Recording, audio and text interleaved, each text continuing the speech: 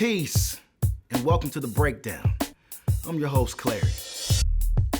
Now, whether we call it African American vernacular English, Black English, Ebonics, or just the way Black folks talk, the cadences, phrases, and expressions birthed within African American culture demonstrate a unique approach to the English language with a special history few have studied. Today, we're going to take a deeper look at the African influence on this English language and the origins of the unique ability African Americans have to turn a phrase, express a sentiment, and merge an African sense of grammar and vocabulary with the English language. We're gonna get into all of that and more right now on The Breakdown. The Breakdown.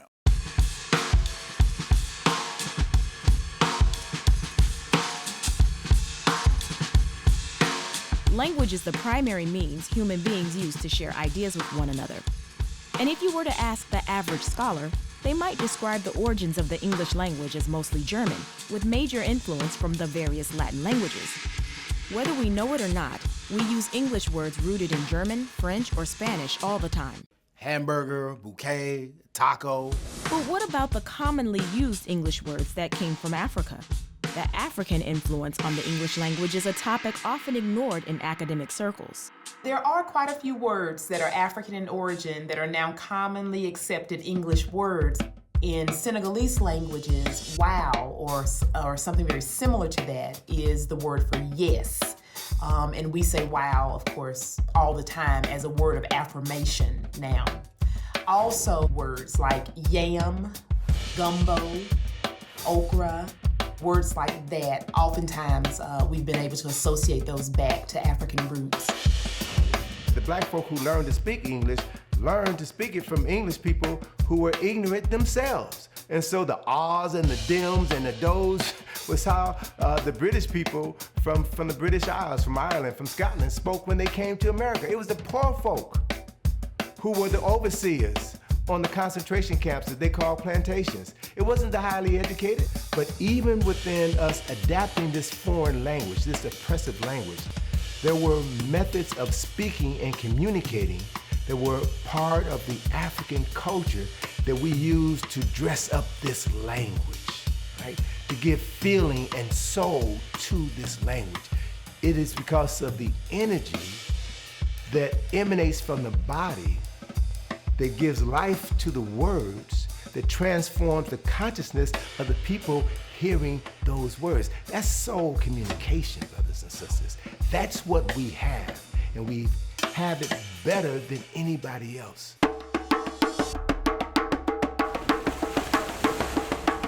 In the 17th century, when masses of Africans were brought to the Americas on slave ships, they were forbidden from doing anything that might be considered a threat to European control. It was a long list that included anything from wearing African clothes to playing African drums to practicing African religion. And one of the most crippling restrictions was forbidding enslaved Africans to speak their own languages, which hindered their ability to conspire for escape or counterattack. As a result, out of necessity and ingenuity, Black people in North America developed their own style of speaking, a seamless blend of English and African languages, and often wrapped in code. Wade in the water, wade in the water, children, wade in the water. God's gonna trouble the water. Coded language, that is language that the enslaved would use to communicate with each other so that their masters, the white community, their mistresses, the overseers would not be able to readily tell what they were saying or the messages that they were giving to one another. Oftentimes, there would be ways that they may want to communicate just to have some privacy, because so much of their lives as enslaved people was dictated to them. And to be able to have some agency and some control over their communication, that was something that they were very ingenious about.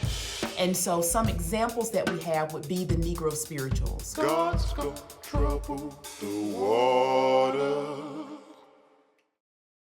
Every time he be going to the store, he be getting the same thing. The indefinite, continual, or occasional tense is an African grammar device that is often applied to English.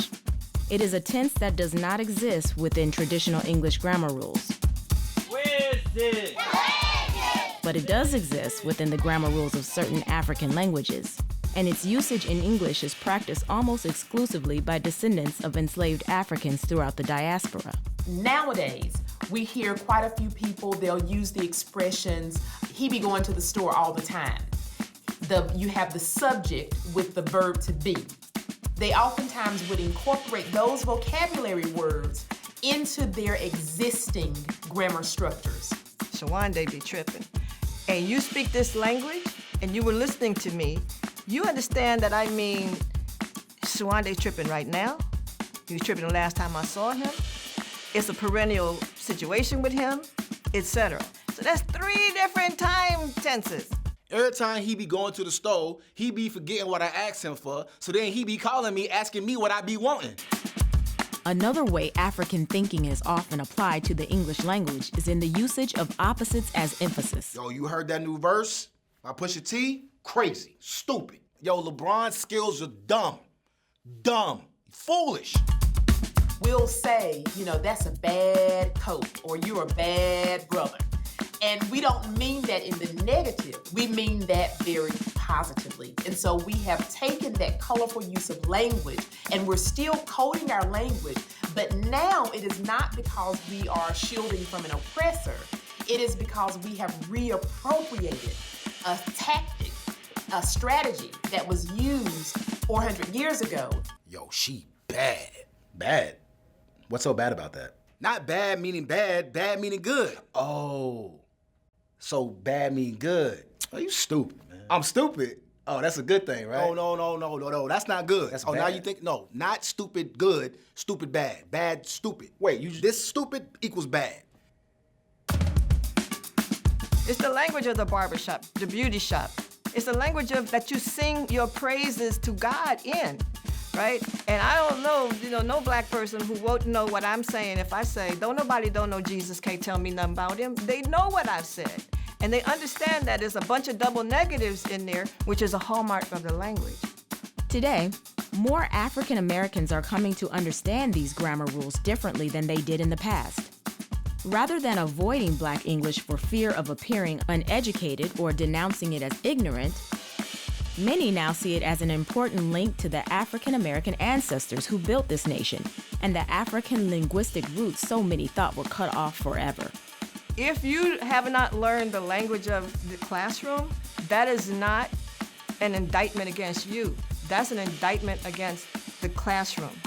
And if you come to that classroom speaking that language, and you're discouraged from speaking it, so that you are muted, and you get disinterested in education, that's also an indictment against that classroom. A language was born. And it's the language that we speak to each other in. And it's the language that we innately, I think, understand. I'm not speaking improper anything. I'm speaking proper spoken soul.